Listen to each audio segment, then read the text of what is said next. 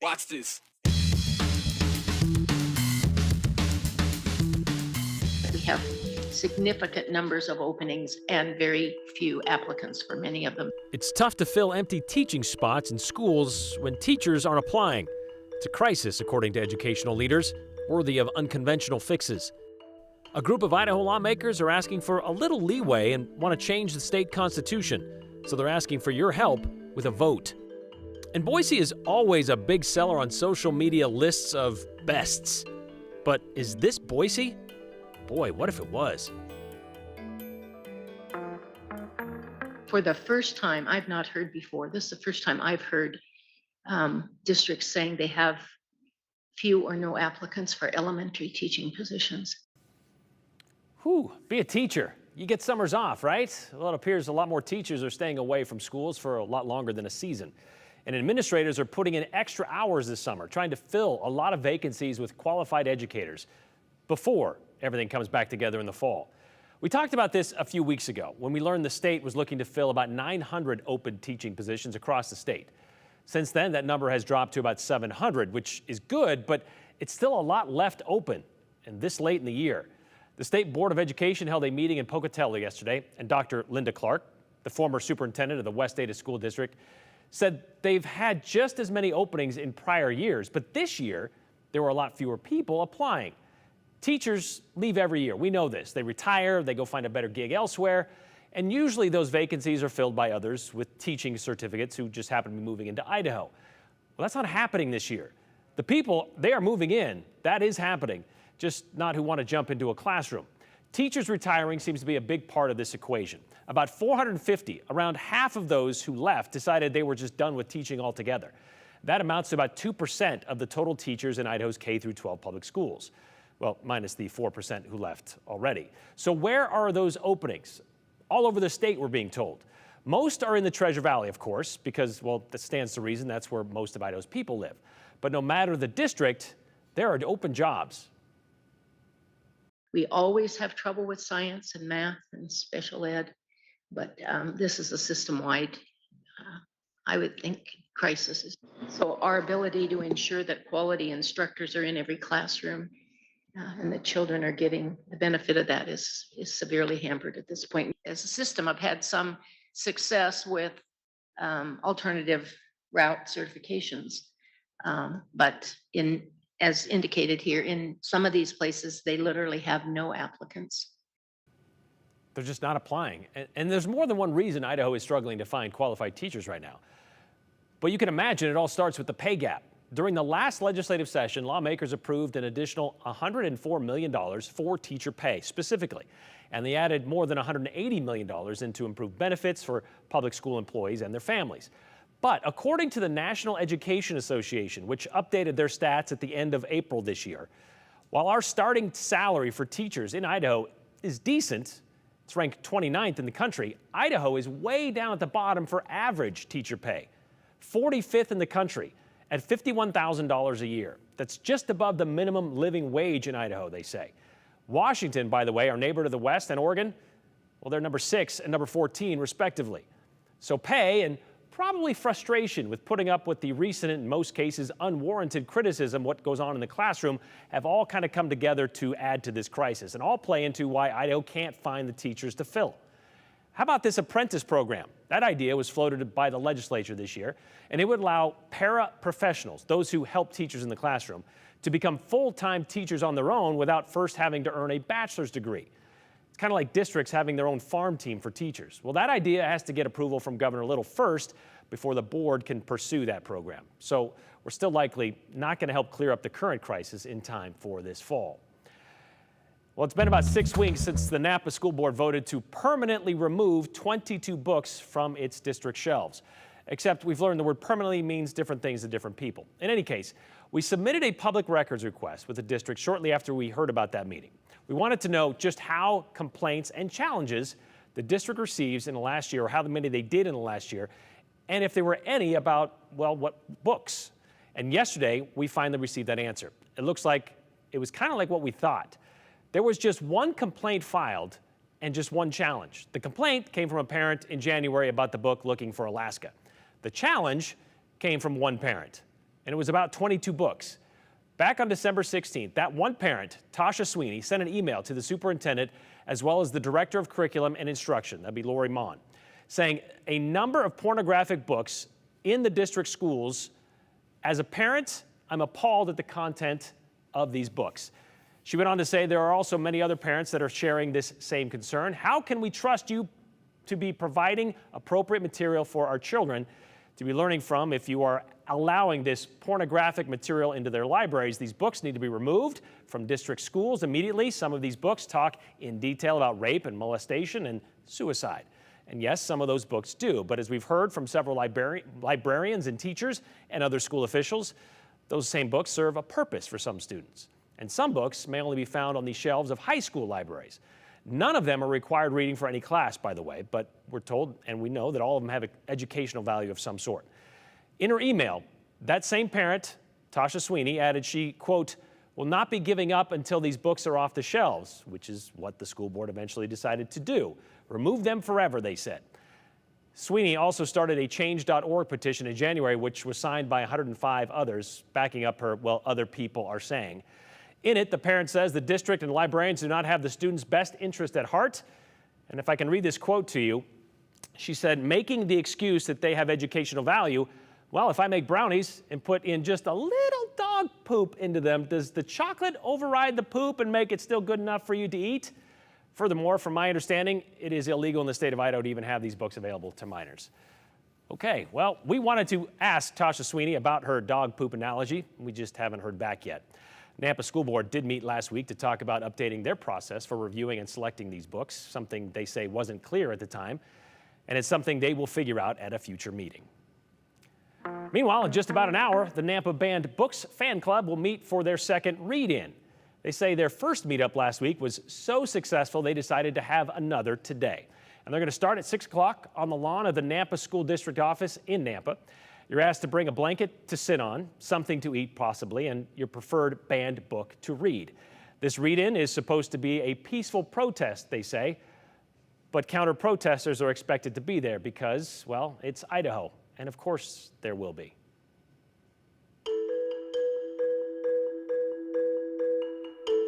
We've sure seen a lot of special sessions with the legislature over the last couple of years, but they're actually pretty rare. Now some lawmakers, they want to change how they can call themselves back for a special session. And that means changing the Constitution.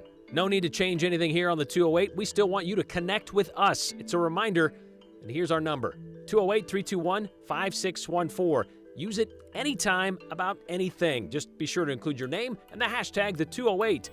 Stick around, we could share yours at the end of the show.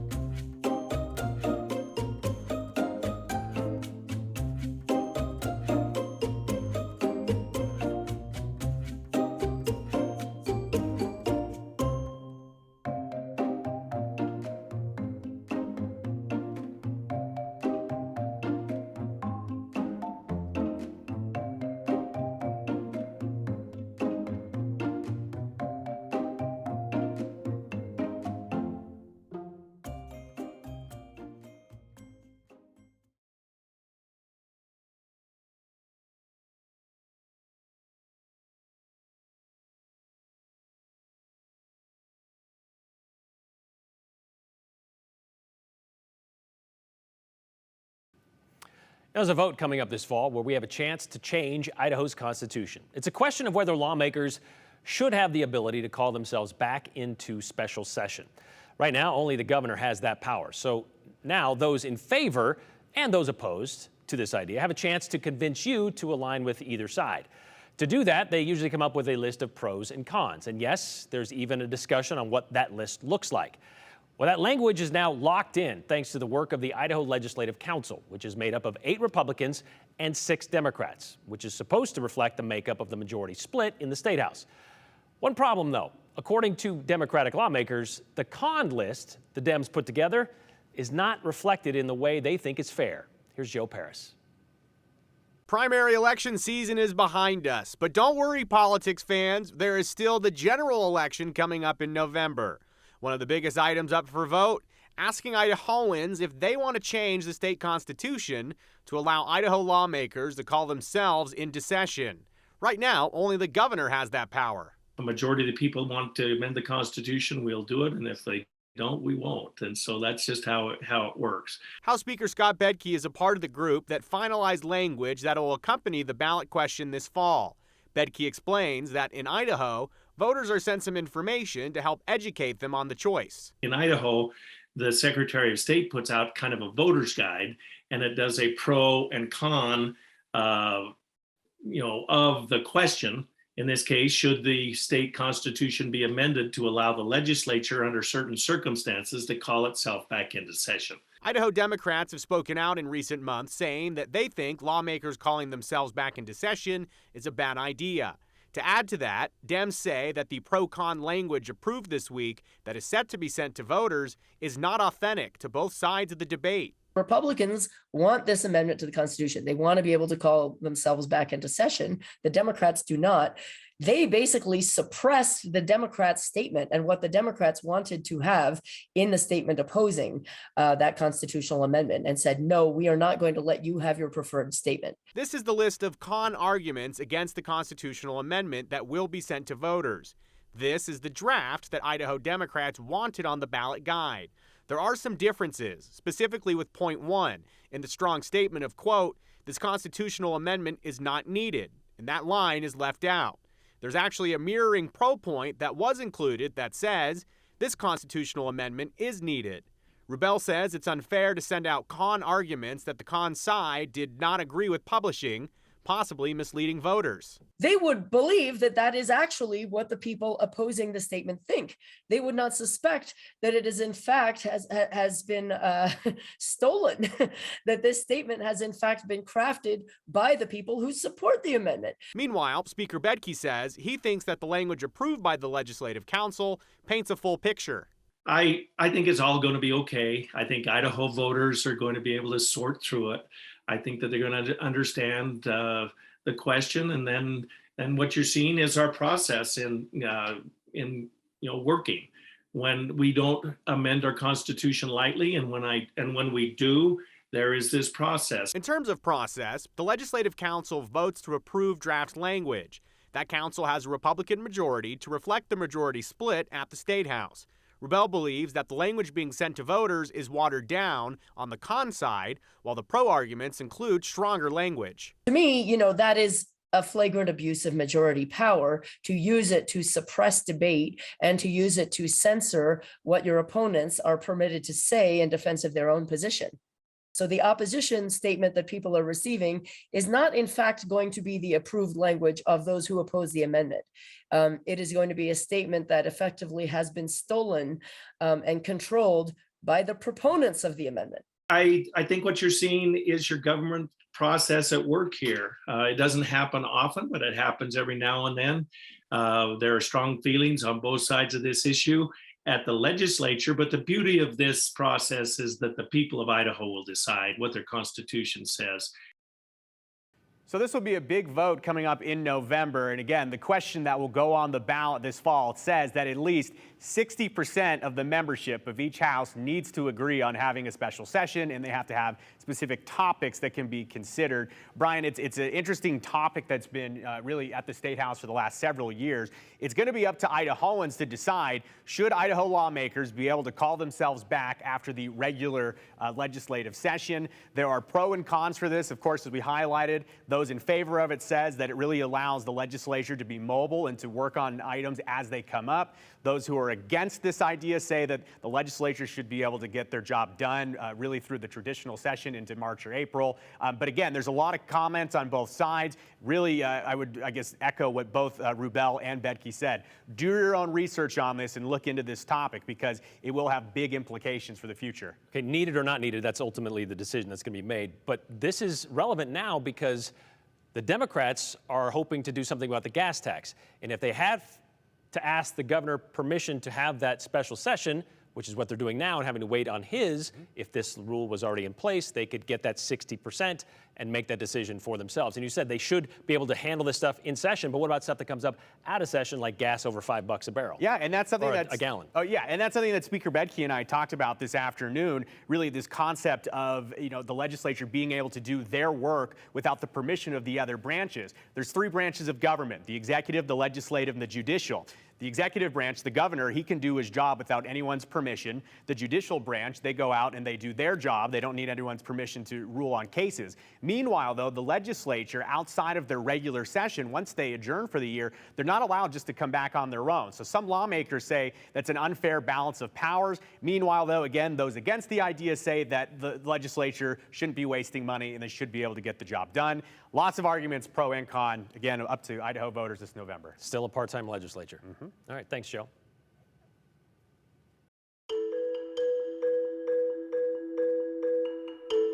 You know, they're a dime a dozen, and Boise is usually on a lot of top 10 lists the internet has ever put out. Does it really count, though, if the content is really not Boise? All right, if you haven't already, make sure you send us a text message. We want to hear your comments, your questions, and pretty much anything that's on your mind about today's show. 208-321-5614. That's the number. And this is the reminder to include your name in the hashtag the 208.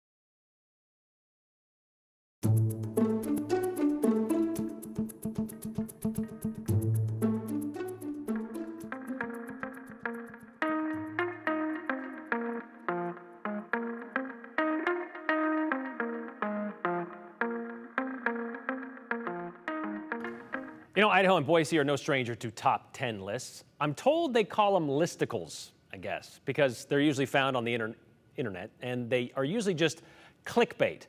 Well, consider us caught, hook, line, and sinker. Not because we couldn't believe Boise was on another list, but because of what this website believes is Idaho. Idaho makes it on a lot of lists. Yeah, a ton of best places to live lists, yeah, for sure. All right, about those best places to live in Idaho. There are lots of local people who mention that they love living here. Many people are saying. Yeah, I always like many people are saying. Let's start in the Panhandle. Moscow? Oh no. Moscow, Idaho, that's where the college is, right? Oh my gosh. Well, it looks like they're talking about Moscow with a picture of Moscow. It is actually Moscow, from another list of things to do in Moscow, Russia. With monthly rent at $800, this is a good area for young people to move into as they start their careers. Oh my gosh. A good area to start, according to the caption for Sun Valley. Here's the Idaho Life Plan. Start out in Moscow, renting. And saving, followed by Boise to buy a house in Sun Valley? I guess. What? Best places to live in Idaho. Ammon. Yeah, heard of Ammon. There's plenty to do without having to leave. It looks like there's lots to do there. But that looks like Egyptian ruins. That's because it's a picture of Amman, Jordan, not Ammon, Idaho. Sugar City. It doesn't look like anywhere in Idaho. Oh, the variety of restaurants are limited. This, to be fair, should be expected from a town with fewer than 1,500 residents. Do they each get their own skyscraper? Isn't that awesome? Yes, it is, but it's not Sugar City, Idaho. It's a picture of Rio de Janeiro taken from Sugarloaf Mountain. How about we focus on the 10 best places to live in Boise? Are these supposed to be in Boise? Yes, they are. With these pictures?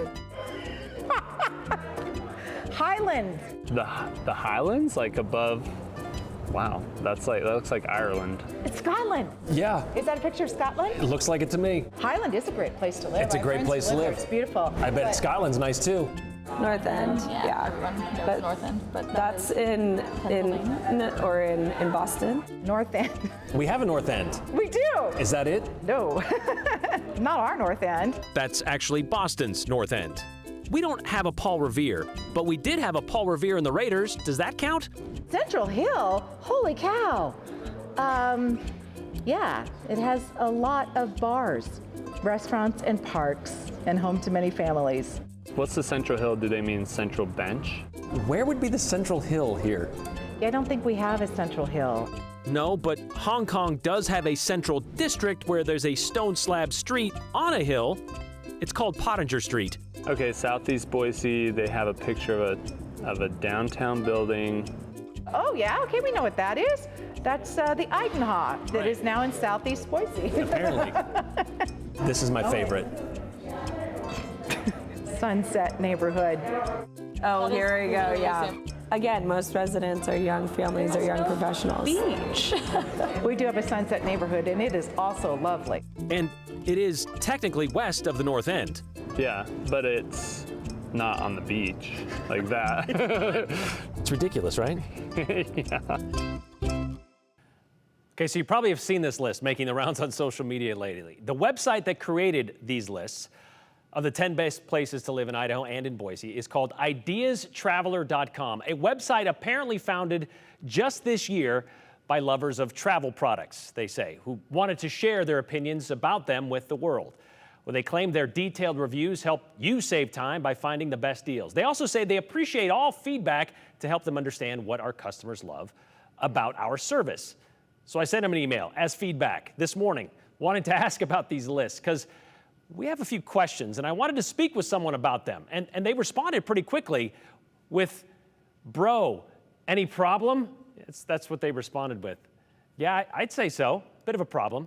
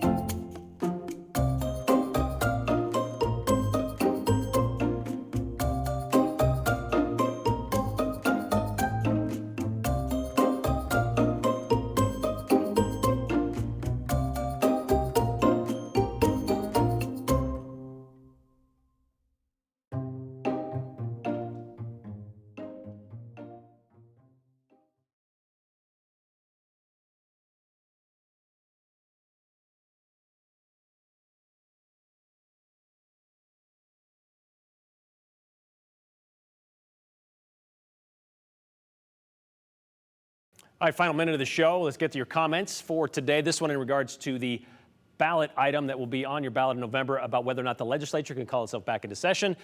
Teresa says, I thought the GOP wanted less government, more efficiency, the ability to call themselves back in to do more things.